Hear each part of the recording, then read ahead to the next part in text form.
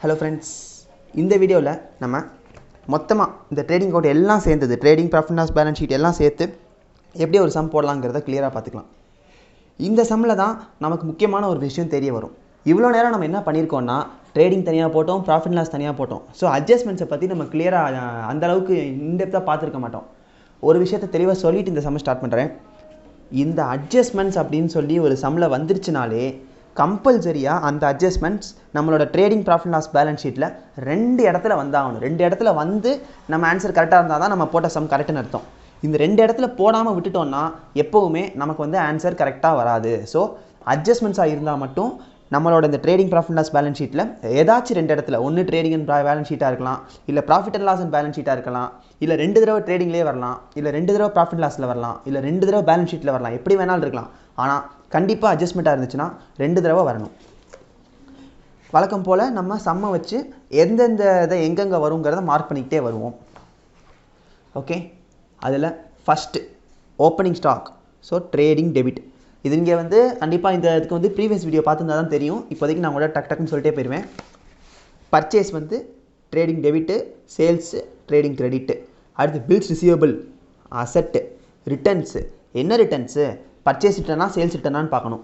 நமக்கு வந்து மொட்டையாக கொடுத்துருக்காங்க, ரிட்டன் அவுட்வேர்டாக ரிட்டன் இன்வேர்டான்னு கொடுக்கல. ஸோ என்ன பண்ணணும்? பர்ச்சேஸ் வந்து டெபிட்டு, அப்போ பர்ச்சேஸ் ரிட்டன் தான் வந்து இது வந்து பர்ச்சேஸ் ரிட்டர்னு. சேல்ஸ் வந்து கிரெடிட்டு, அப்போ வந்து டெபிட்டில் இருக்கிறது தான் வந்து சேல்ஸ் ரிட்டன். அப்படியே ஆப்போசிட் வரும். பர்ச்சேஸ் இருக்குன்னா பர்ச்சேஸ் ரிட்டன் அதுக்கு ஆப்போசிட்டில் வரும். ஸோ இங்கே purchase debit, so purchase return credit. இந்த சைடில் வந்து sales credit, so sales return debit. அப்புறம் கேரேஜ் இன்வேர்ட்.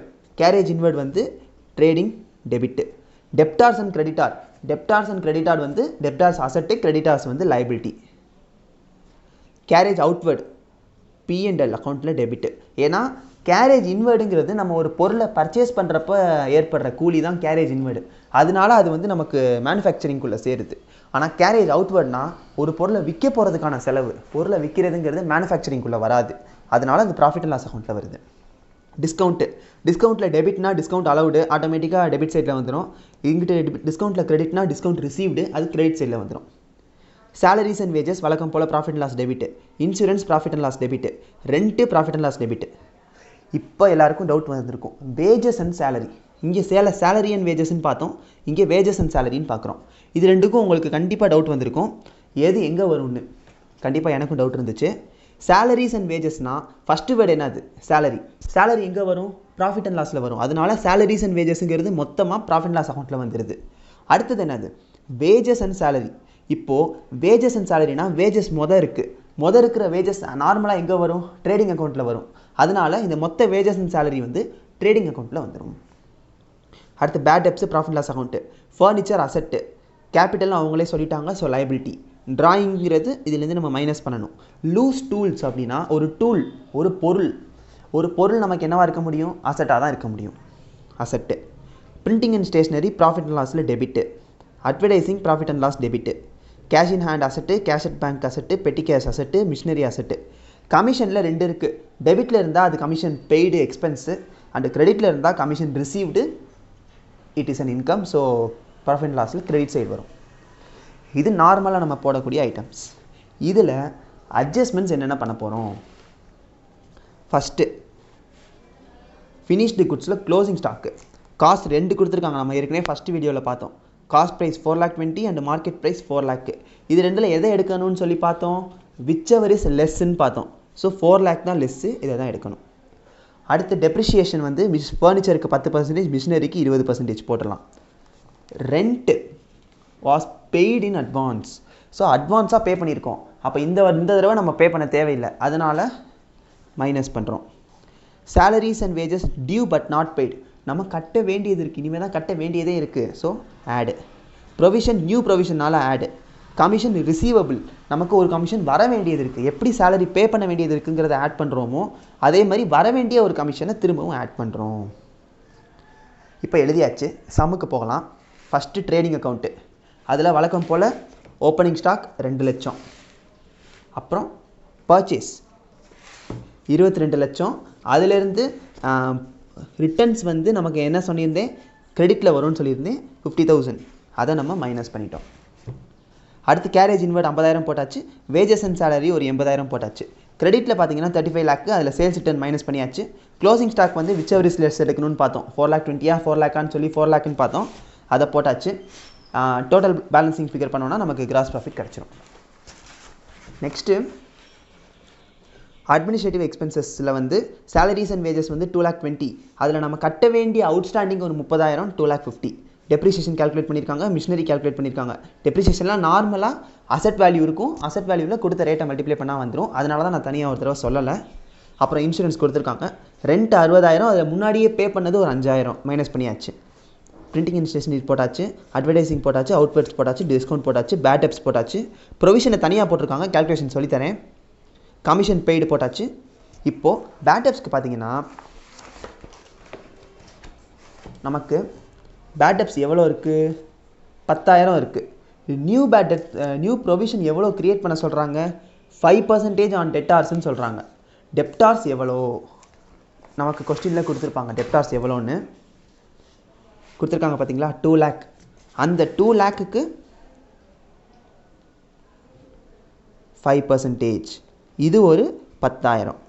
மொத்தமாக பேட் டெப்ஸ் ஏற்கனவே ஒரு 10,000 இருக்குது. அப்புறம் நியூ ப்ரொவிஷன் ஒரு 10,000 இருக்குது. ரெண்டையும் சேர்த்து 20,000. ஆனால் இவங்க தனித்தனியாக போட்டிருக்காங்க, ப்ராப்ளம் கிடையாது, போட்டுக்கலாம்.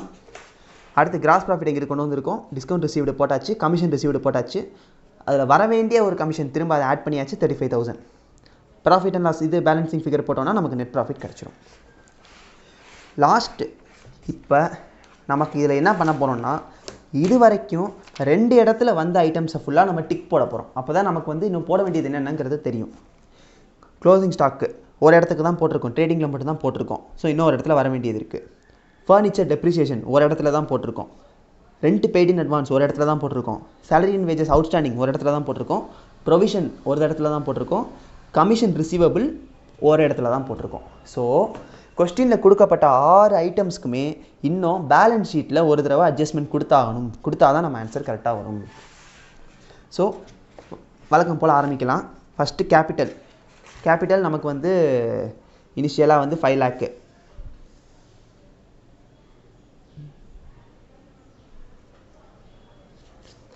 கொடுத்துட்டாங்க. ஸோ கேபிட்டல் போட்டாச்சு. அதில் ட்ராயிங்ஸ் வந்து 70,000 சொல்லிட்டாங்க, மைனஸ் பண்ணியாச்சு. நெட் ப்ராஃபிட் கண்டுபிடிச்சிருக்கோம், ஆட் பண்ணியாச்சு, முடிஞ்சு. அடுத்து சன்ரை கிரெடிட்டார்ஸ் எவ்வளோ சொல்லியிருக்காங்க? 4 lakh சொல்லியிருக்காங்க, போட்டாச்சு. கிரெடிட்டார்ஸ் கூட நமக்கு எந்த ஒரு அட்ஜஸ்ட்மெண்ட்ஸும் பண்ண தேவையில்லை, டேரெக்டாக போட்டாச்சு. அப்புறம் இப்போ ஒரு முக்கியமான பாயிண்ட்டுக்கு வருவோம். நமக்கு கட்ட வேண்டிய ஐட்டம்ஸ்ன்னு சொல்லி சிலது பார்த்தோமா? அவுட்ஸ்டாண்டிங் நம்ம கட்ட வேண்டிய ஐட்டம்ஸ் அப்படின்னு சொல்லி நம்ம ஒரு விஷயத்தை இனிமேல் தான் கட்டவே போகிறோம் அப்படின்னா அது நமக்கு என்னது? லைபிலிட்டி. ஃபார் எக்ஸாம்பிள், நீங்கள் ஒரு பேங்க்கில் லோன் வாங்குறீங்க, அதை திரும்ப ரீபே பண்ண வேண்டியது இருக்குன்னா என்ன அர்த்தம்? உங்களுக்கு ஒரு லைபிலிட்டி. அதே மாதிரி ஒரு செலவு நீங்கள் பண்ண வேண்டியது இருக்குன்னா அதுவும் ஒரு லைபிலிட்டி.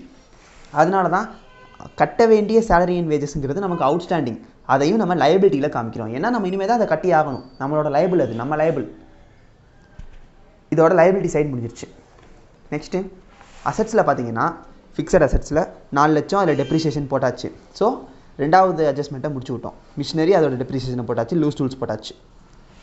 அடுத்து க்ளோசிங் ஸ்டாக் வழக்கம் போல் திரும்பவும் 4 lakh எடுத்துட்டோம். ஸோ ட்ரேடிங் அக்கௌண்ட்லேயும் போட்டாச்சு, பேலன்ஸ் ஷீட்லேயும் போட்டாச்சு. சன்ட்ரி டெட்டார்ஸ் 2 லட்சம், அதுலேருந்து ப்ரொவிஷன் நியூ ப்ரொவிஷன் இருந்ததா, அந்த ப்ரொவிஷனை மைனஸ் பண்ணுறோம். ஏன் இந்த கேஸில் ப்ரொவிஷன் மைனஸ் ஆகுது அப்படின்னு பார்ப்போம். நார்மலாக நமக்கு 2 லட்சம் ரூபாய்க்கு வந்து ஒருத்தன் கடன் கொடுக்க வேண்டியது இருக்குது. ஆனால் அவன் கொடுக்க மாட்டான், அவன் கொடுக்காமல் போயிட்டா என்ன ஆயிரும், நம்ம லாஸ் ஆயிடுவோமா அப்படின்னு பயந்துட்டு நம்ம என்ன பண்ணுறோம், அந்த போர்ஷனில் 5% தானே சொன்னாங்க கொஸ்டினில். ஸோ 5% ப்ரொவிஷனுங்கிற பேரில் ஒதுக்கி வச்சிட்டோம். அப்போ என்ன அர்த்தம்? இப்போவே நம்மளே முடிவு பண்ணிட்டோம், அவன் தரானோ இல்லையோ, நம்ம முடிவு பண்ணிட்டோம் அவன் தரவே போகிறதில்ல, எதுக்கும் நம்ம எடுத்து வச்சுருவோன்னு சொல்லி அந்த ப்ரொவிஷனை ஒதுக்கி வச்சாச்சு. அப்போது அந்த 2 லட்சத்தில் 10,000 நம்மக்கிட்ட வரப்போகிறது இல்லைங்கிற மாதிரி முடிவாயிருச்சு. அதனால தான் அதை மைனஸ் பண்ணுறோம். நெக்ஸ்ட் பில்ஸ் ரிசீவபிள் போட்டாச்சு, கேஷ் இன் ஹேண்ட் போட்டாச்சு, கேஷ் அட் பேங்க் போட்டாச்சு, பெட்டி கேஷ் போட்டாச்சு. இன்னும் அட்ஜஸ்ட்மெண்ட் என்னென்னு பார்த்தீங்கன்னா ப்ரீபெய்டு ரெண்ட்டு. முன்னாடியே ஒரு செலவை நம்ம பண்ணி முடிச்சிட்டோம். ஃபார் எக்ஸாம்பிள், அடுத்த மாதம் நீங்கள் வீட்டில் குடியிருக்கிறதுக்கு இந்த மாதமே ரெண்ட் பே பண்ணி முடிச்சிட்டிங்க. அப்போ என்ன அர்த்தம்? இந்த மாதம் கட்ட தேவையில்லைன்னு அர்த்தம். அப்போ இந்த மாதம் கட்ட வேண்டிய ரெண்ட்டு ரெண்ட் மூலமாக நமக்கு வெளியே போகாமல் இருக்குல்ல. ஃபார் எக்ஸாம்பிள் இந்த 5000 ரூபாயை இந்த வருஷம் நீங்கள் ஒரு ரெண்ட்டுக்கு பே பண்ணிங்கன்னா உங்கள் கையை விட்டு போயிடும். ஆனால் நீங்கள் பே பண்ணலை. அப்போ என்ன அர்த்தம்? அந்த 5000 ரூபாயை வச்சு வேறு ஏதாச்சும் ஒரு பர்பஸ்க்கு யூஸ் பண்ணிக்கலாம். அப்போ என்ன அர்த்தம்? அது ஒரு அசெட்டு. அதனால தான் இது இங்கே அசெட்டில் காமிக்கிறோம். இல்லை நார்மலாக நீங்கள் ஷார்ட்கட்டாக ஞாபகம் வச்சுக்கணுன்னா இப்படி எப்படி நம்ம எல்லா அவுட்ஸ்டாண்டிங்கையும் லயபிலிட்டி சைடில் காமிக்கிறோமோ அப்போ அதுக்கு ஆப்போசிட்டான ப்ரீபெய்டை ஆட்டோமேட்டிக்காக அசெட் சைடில் காமிக்கணும். இது வந்து ஷார்ட்கட்டு. பட் லாஜிக் என்னென்னா, ஒரு விஷயத்தை நம்ம கட்ட வேண்டியது இருக்குன்னா அது லயபிலிட்டி, ஏற்கனவே கட்டியாச்சுன்னா அது அசெட். அவ்வளோதான். இதுதான் நார்மல் லாஜிக். அப்புறம் லாஸ்ட் பாயிண்ட், கமிஷன் ரிசீவபிள். நம்ம இனிமே தான் கமிஷன் ரிசீவே பண்ண போகிறோம். இன்னும் நம்ம கைக்கு வரல. வந்துருச்சுன்னா இன்கமில் காமிச்சிடலாம். ஆனால் வர வேண்டிய ஒரு கமிஷன். அப்போ என்ன அர்த்தம்? எங்கேயாச்சும் ஒரு இடத்துல உங்களுக்கு செக்யூரிட்டியாக உங்களோட பணத்தை கொடுங்க அப்படின்னு கேட்டால் நீங்கள் என்ன சொல்லலாம்? எனக்கு ஒரு கமிஷன் வர வேண்டியது இருக்குது, அந்த வர வேண்டிய கமிஷனை வந்து நான் அசட்டாக ட்ரீட் பண்ணிக்கிறேன்னு சொல்லலாம்ல. பிகாஸ் வர வேண்டியது இருக்குன்னா எப்படி வந்து சேர்ந்துடும், அதுக்கப்புறமா அது அசட்டு தான். அதனால தான் அந்த அசட்டை வந்து நம்ம இங்கே காமிக்கிறோம். இதுதான் பேலன்ஸ் ஷீட்டில் செகண்டு என்ட்ரி போடுறோம். முக்கியமான விஷயமே நம்ம சொல்ல மறந்துட்டேன் ஸ்டார்டிங்கில். இதை வந்து ஏன் வந்து அட்ஜஸ்ட்மெண்ட்ஸ் எல்லாம் ரெண்டு இடத்துல வருது அப்படின்னு கேட்டிங்கன்னா, நம்ம அக்கௌண்டிங் சிஸ்டமில் ஃபாலோ பண்ணுற மெத்தடுக்கு நேம் என்ன? Double entry system. கரெக்டாக? ஒரு டபுள் என்ட்ரி சிஸ்டமாக இருந்துச்சுன்னா அப்போ என்ன அர்த்தம்? எல்லாமே 2 தடவை வரும், 2 சைடில் வரும். டெபிட்டில் வந்துச்சுன்னா இன்னொன்று கிரெடிட்டில் வரும். இதில் இன்னும் ஒரு அழகான விஷயத்தை நீங்கள் பார்க்கலாம். கமிஷன் ரிசீவபிளுங்கிறது அசெட்டில் வருது, அசெட் இஸ் டெபிட். அதே மாதிரி நம்ம இன்னொரு இடத்துல காமிச்சது என்னது? ப்ராஃபிட் அண்ட் லாஸில் எங்கே காமிச்சோம்? கிரெடிட்டில் காமிச்சோம். ஆப்போசிட்ஸில் வரும். நல்லா கவனிச்சு பாருங்கள். இங்கே வந்து கிரெடிட்டில் காமிக்கிறத நம்ம பேலன்ஸ் ஷீட்டில் டெபிட்டில் காமிப்போம். அதே மாதிரி இங்கே நம்ம டெபிட்டில் காமிக்கிறத பேலன்ஸ் ஷீட்டில் கிரெடிட்டில் காமிப்போம். For example, provision for bad டெப்ஸை இங்கே நம்ம டெபிட் சைடில் காமிச்சிருக்கோம். அசெட்ஸில் மைனஸ் பண்ணுறோம், விச் மீன்ஸ் என்ன அர்த்தம்? கிரெடிட்டில் காமிக்கிறோம் அப்படின்னு அர்த்தம். இன்னும் ஒரு ஈஸியானதாகவே எடுத்துப்போம். க்ளோசிங் ஸ்டாக்கை நம்ம வந்து ட்ரேடிங்கில் கிரெடிட்டில் காமிக்கிறோம், ஆனால் பேலன்ஸ் ஷீட்டில் அதை டெபிட்டில் காமிக்கிறோம். எப்போவுமே ஒரு அட்ஜஸ்ட்மெண்ட்னா ஒரு டெபிட்டில் வந்துச்சுன்னா இன்னொரு இடத்துல அது கிரெடிட்டில் வரும். அதுதான் இதோட முக்கியமான ஒரு மெத்தட், இல்லை பிரின்சிபல்னு சொல்லலாம். அதனால தான் நம்ம அக்கௌண்டிங் சிஸ்டம் வந்து double entry system of accounting அப்படிங்கிறத ஃபாலோ பண்ணுது. இதுதான் பேலன்ஸ் ஷீட்டில் கன்சாலிடேட்டட் சம் ப்ரிப்பேர் பண்ணுற மெத்தட். ஏதாச்சும் டவுட்ஸ்னால் கமெண்ட்ஸில் கேளுங்க. தேங்க்யூ. புக்கில் இருக்க எல்லா சம்ஸையும் ஒர்க் அவுட் பண்ணுங்கள். தெரியலனாலும் கேளுங்க. டைம் இருந்தால் நான் வீடியோஸ் போடுறேன். தேங்க்யூ.